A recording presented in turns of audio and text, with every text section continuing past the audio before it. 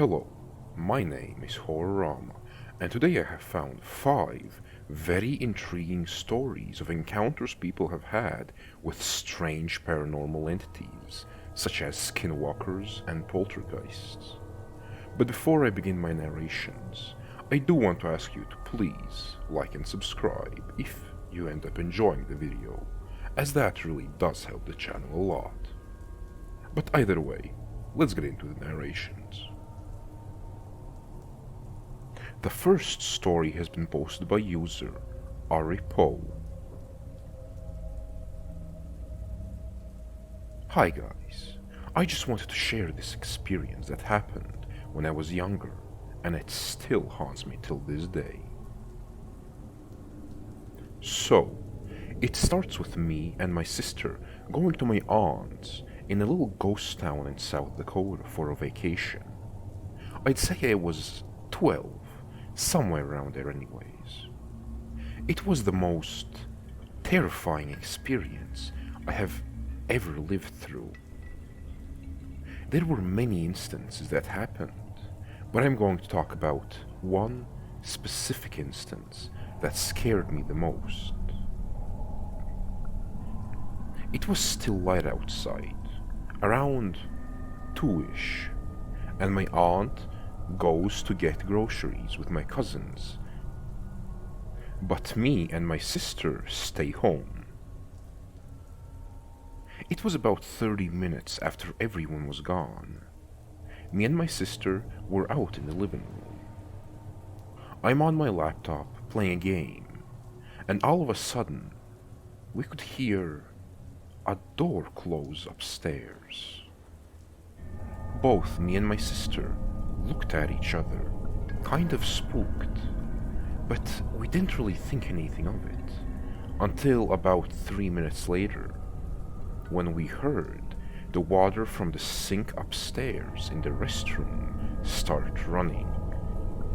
And at that point, we were both in shock, because there shouldn't be anyone else home.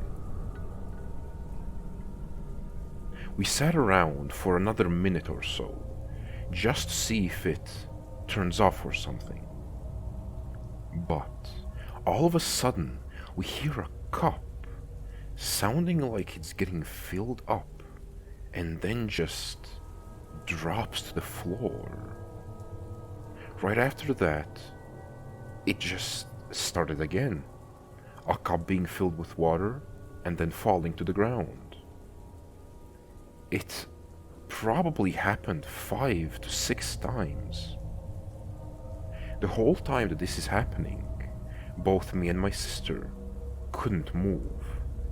We were just staring at each other until finally my sister goes upstairs and I follow her. But I end up in front of her and slowly walk up to the restroom, where you could hear a cup fall one last time. I finally get enough courage to open the door, and nothing. There was no water, no cup, no nothing. It was just an empty restroom. As soon as we wrapped our heads around what happened, we ran down the stairs, and I tried to open the door, but I couldn't. It felt like I was getting all choked up. Then we start to hear the restroom door close, and the water turn back on again. At that point, we both started trying anything to get the door open. And when it finally opened, we ran out and started crying and waiting for our aunt to come back.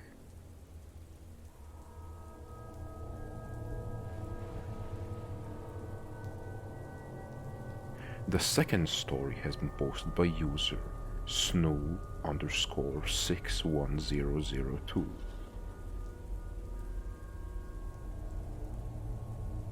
I've been asked many times now, in responses and conversations in this sub, to share my experiences as an Order of St. John chaplain and demonetologist. It's hard to know where to start, to be honest, but the most important thing, I think, is to say that these are my beliefs and experiences. I certainly don't begrudge you yours, and definitely don't want to assert any kind of authority over the beliefs of others. As chaplains, we are not positioned within a church because we minister to communities. It is not our place to judge any member of that community, but only to care for and support them in their needs.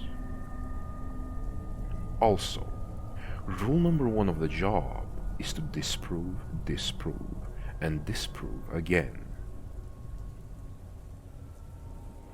Other than that, to save you the trouble, I'll write things in order of how much interest I think they'd get.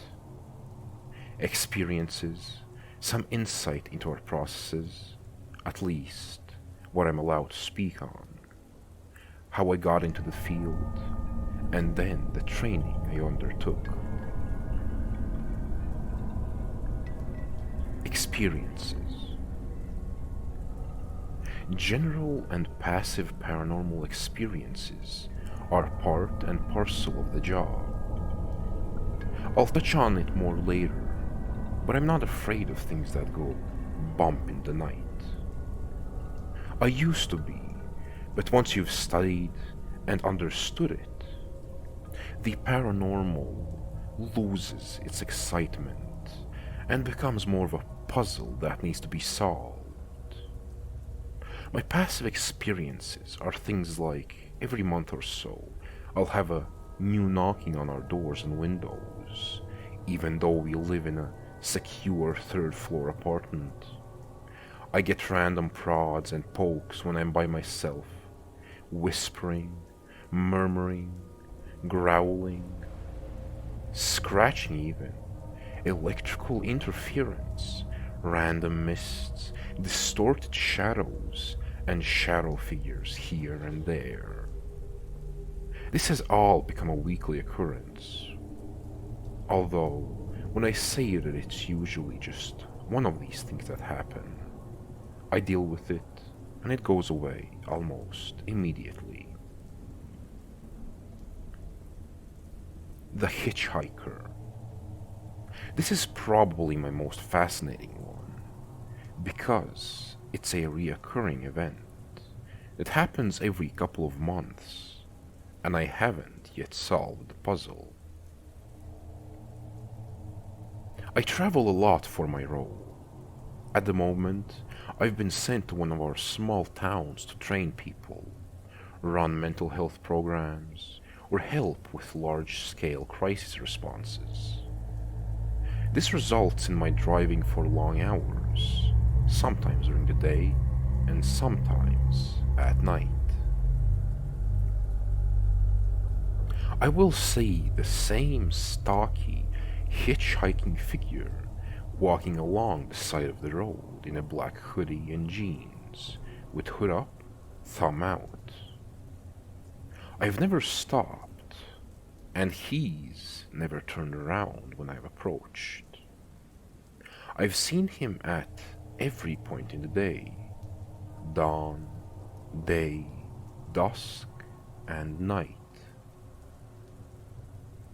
I've seen him in locations several hours' drive from each location. At first I thought it was a coincidence, but hitchhiking is really uncommon in our country. We're small and buses are cheap. Howling. This is another reoccurring one, although it's newer. It's more annoying than anything else, to be honest, but several times my partner and I have been woken up to a long howl in our bedroom. Cloaked figure. This is one that I've thankfully resolved, but had to deal with over a series of years. To cut a long story short, whenever I was in the middle of a really tough case supporting someone in what we call spiritual warfare, I'd get a visit from whatever this was. It was the same every time, where I would have a dream of a cloaked figure, wake up to a spinning room and be choking. I've had sleep paralysis episodes before, but this, it was certainly different. I'm still half convinced this was some kind of sleep apnea issue or episode. The only thing that makes me think it was paranormal is because it happened without fail when I dreamt of this figure, and it stopped after I put some intentional work into stopping it. There are experiences of clients that I cannot share because I've made a strict confidentiality agreement with them, and that rests on my soul. But generally speaking, I've helped people deal with their psychological issues more than spiritual. Some spiritual ones have been fascinating, and there's a feeling I get when there's a really obvious sign of oppression or infestation. It's like a heavy feeling on my chest and stuffy air, I guess. I've helped people by blessing their houses, which is a complicated process, and depending on your beliefs, can be somewhat risky. You essentially have to call forth the oppressing force, challenge it, rebuke it, and either condemn it or suppress it, if it can be dealt with in one blessing. I've also helped people with deliverance, although I'm not big on the evangelical deliverance ministry. We are more traditional. But I've never helped with an exorcism. I'm still relatively young for my role, and while I am a commissioned member of the order, I'm not yet a fully ordained minister.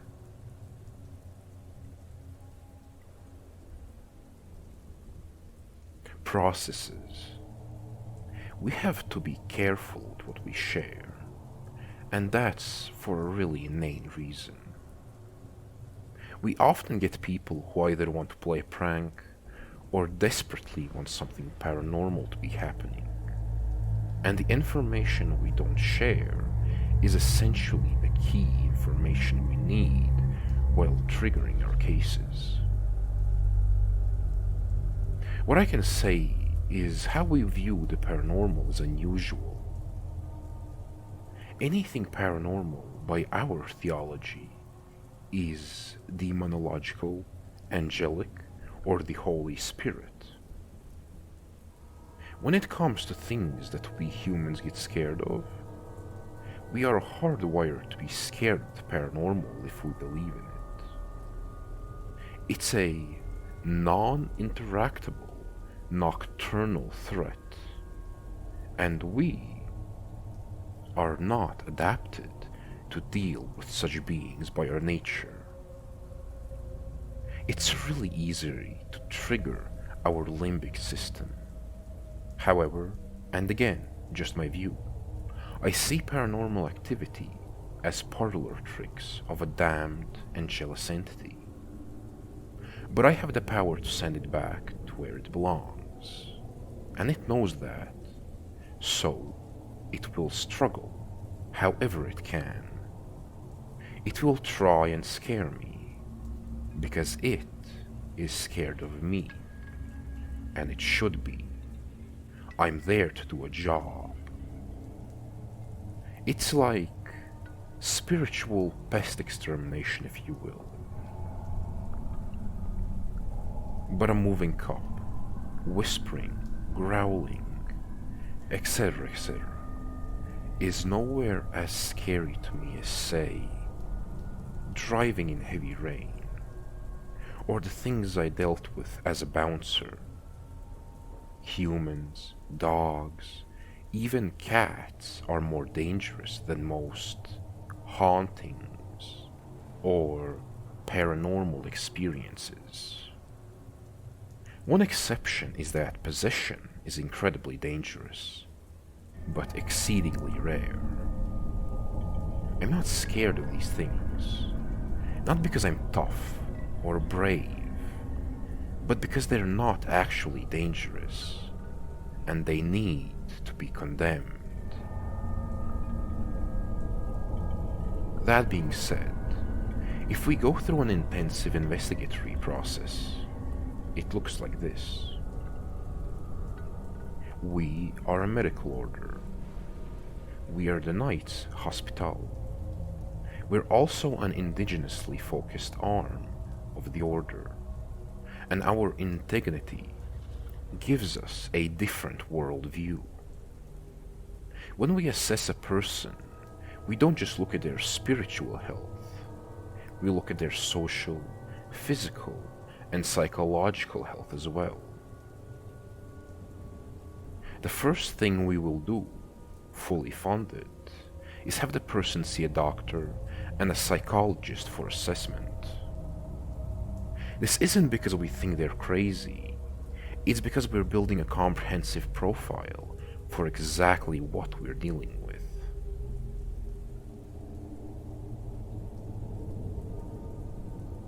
If someone is positive for physical or mental health issues that could be causing symptoms that they believe are spiritual, we need to treat those issues and see if the symptoms go away. Our church fully covers any cost associated with this process. If that doesn't solve the problem, my job is to definitely disprove the existence of paranormal activity or presences, but do so while believing there may well be a presence. Skepticism is a good thing most of the time, but sometimes it can be quite bad. We are not there to assume the issue is mundane. We take all the information we can, assess it, and arrive at the likely outcomes. And we consider spiritual outcomes to be just as likely as mundane ones. However, we still need to disprove all of the mundane theories we can. But there is another layer. We also need to prove all of the mundane theories. This helps us have a equality of information, so we won't be happy to say, oh, it's just a mundane thing, unless we can prove that. After this, if there is persistence of a spiritual issue, we begin our church's sanctified processes of blessings and protections for the affected individual. These interventions vary on intensity, dependent on the person, their faith relationship, and the persistence of whatever we are dealing with.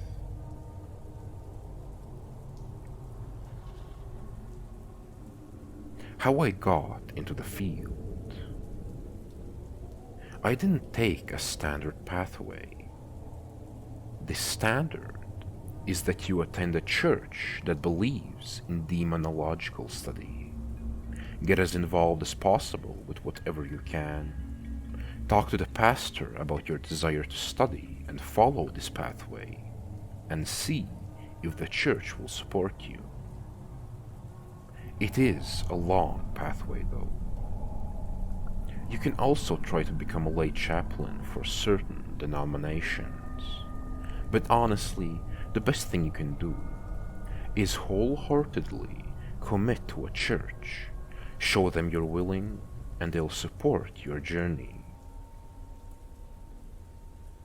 My path was that I studied a youth psych degree and specialized in youth gangs. Then, a church was investing into the community and looking for a Christian with my expertise to be their youth pastor. I worked there for some time, and after a bit of a journey, came back to my home denomination, and that's who I work for now. I have a master's in professional practice, chaplaincy, and a diploma in demonology, but my psychology degree is what sets me apart for this ministry in the eyes of the church. I'm much more equipped to do referral assessments than many of the clergy or congregation.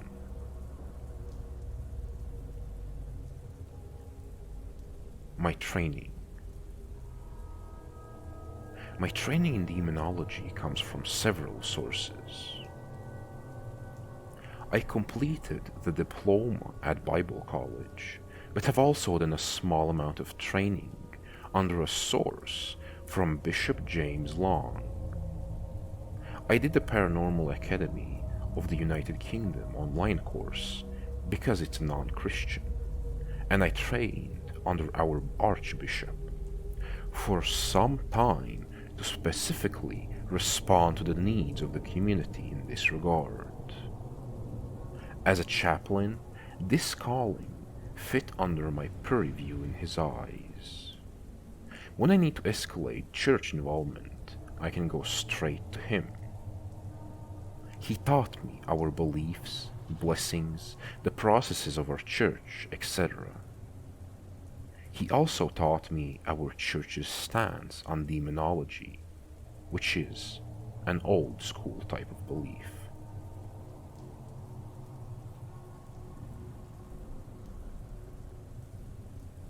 The third encounter has been posted by user ScrumDog1979.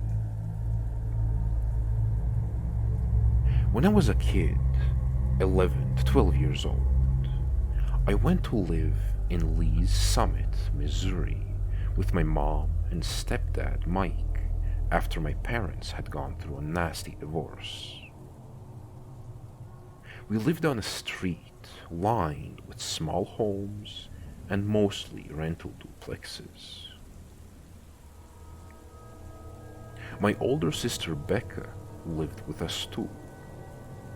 We befriended a pair of siblings across the street from us, who, much like us, lived in a duplex. I was friends with a boy, Brennan, or Brandon, something like that. My sister hung out with his older sister Amanda. They lived with their single mother. One night, Amanda stays the night with my sister, and we stay up late telling stories and talking about anything we can think of. The conversation slowly turns to ghosts, and Amanda gets pale. She tells me and my sister that she heard crying one night in her duplex, and she walks into the kitchen, and in the light spilling in through the kitchen window, she sees bloody handprints sliding down the fridge. Both me and my sister are thinking, yeah, right, but a tear came out of her eye, and she's also shaking a little bit. So, to not make her feel even worse, we change the subject, and she calms down, and we don't talk about it again. Fast forward about a year. I'm sitting in the front yard, being bored, when my stepdad Mike's friend, Jerry, pulls up. They are stoners, so they light up a joint and get to piddling under the hood of Mike's old Dodge Charger.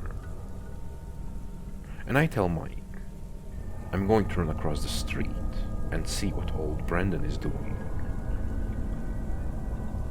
Jerry looks me dead in the eye and says, you don't want to go over there. That's the murder house.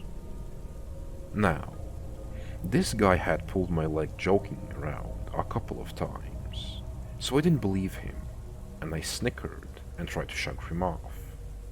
But then Mike says, no, he isn't kidding.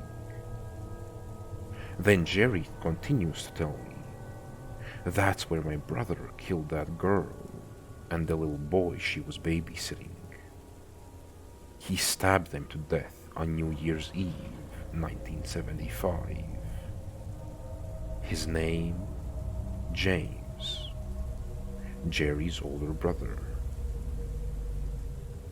I suddenly had an epiphany, and I knew why Amanda was crying when she told us that story that night. It all fell into place in my mind. I still get creeped out when I think back on that whole experience back in the early 90s.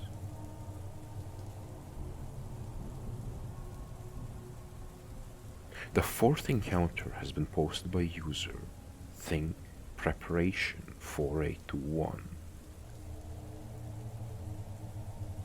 Today has been super strange. I was doing work around the house, listening to creepypastas, when I hear a new cryptid name, one I'm unfamiliar with. Out of curiosity, I did a quick Google search and almost screamed at the result as I came face to face with a near identical image to a weird, jittering creature from my nightmares. The only difference was that the one in the artwork was slightly thicker in build. When I first saw this creature in my nightmares, I just saw its face, and in what I know to be its natural form. All he did was make a jittering noise, grin, and then mimic a sort of laugh before disappearing through my attic hatch. The older I got, the more frequently I saw it. It had a tendency to mess with my dreams, making them short or long. He would shapeshift into people I knew both in real life, or shapeshift into people I knew as if they were from real life, but never met at all. As in, I could fill a library with these mimic friends and the memories we shared. However, the dreams would often end with me either seeing through the facade or him dropping it and either attacking me or those I loved. After the first time I saw him, I mainly saw him in the woods and the desert. It nearly matches both physical and behavioral description of the Fleshgate. Now, I haven't come just to ramble. I have somewhat of an inquiry. See, my dreams can sometimes be affected by actions that I do in the day and in the dream. So, if I see cryptids in my dream, if I'm aware of how to get rid of them or escape them, I do it. Example, using names of demons against those attacking me in dreams to weaken them, outsmarting yokai, and etc. And although I don't personally believe in cryptids definitely existing, or know how to depower or destroy a Fleshgate, but at least according to the legends, what may assist me is to get more restful sleep, as he's one of the few I can't seem to impact.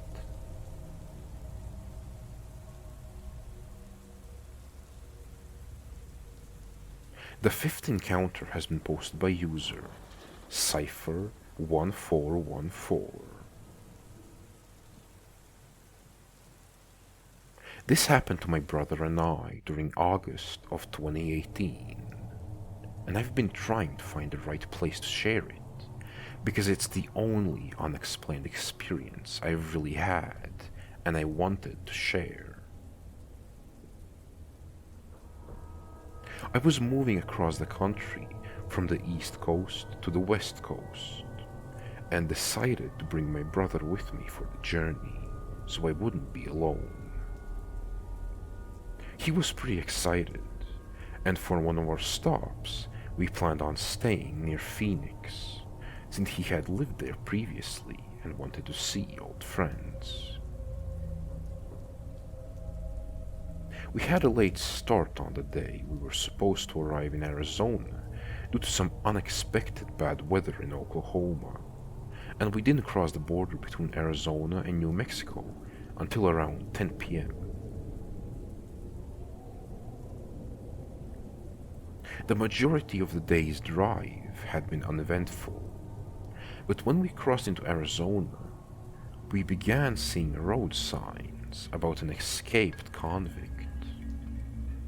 We laughed and joked about it, and we got talking about how kind of eerie Arizona is. I made a comment about how I could see how someone might think they could see something crazy out in the middle of nowhere. And then my brother jokingly said, as long as we don't mention skinwalkers, we'll be fine. When I asked my brother what he meant by that, my brother proceeded to tell me how a friend of his he'd met in Phoenix was very superstitious and told him and his other friends not to even mention skinwalkers when someone had brought them up in conversation with him once. I don't think we said much more on the topic after that, and switched to talking about less spooky topics. We were somewhere on Interstate 40 and seeing signs for Petrified Forest National Park, and our phone signal was getting patchy because we were out in the middle of nowhere.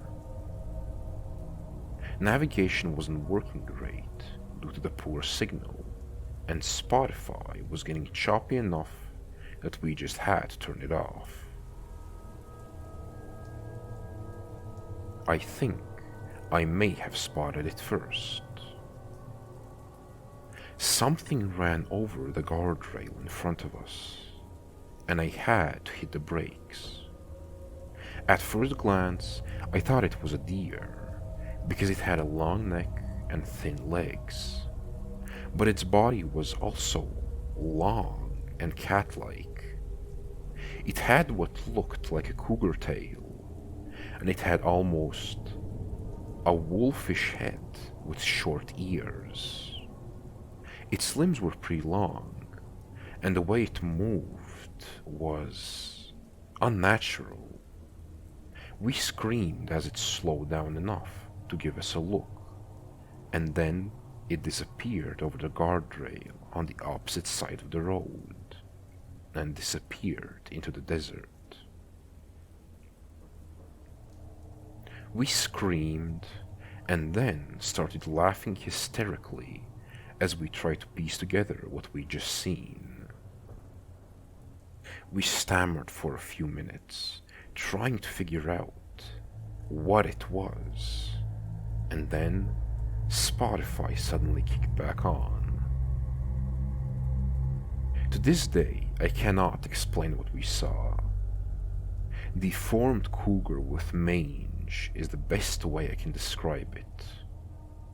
But the experience was incredibly surreal and still gives me chills.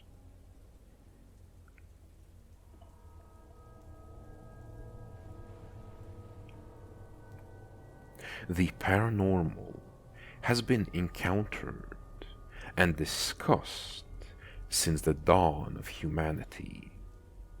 But that does make you wonder whether these beings actually exist in reality, Or maybe everything we consider paranormal is a simple construct created by our minds as a way to cope with the aspects of this world that we have yet to fully understand. Could this be the reason why so many more people believed in mythical beasts and magical wonders in the ancient times? Perhaps. But either way, I do hope you enjoyed my narrations. And even if you didn't, I do wish you a good rest of your day.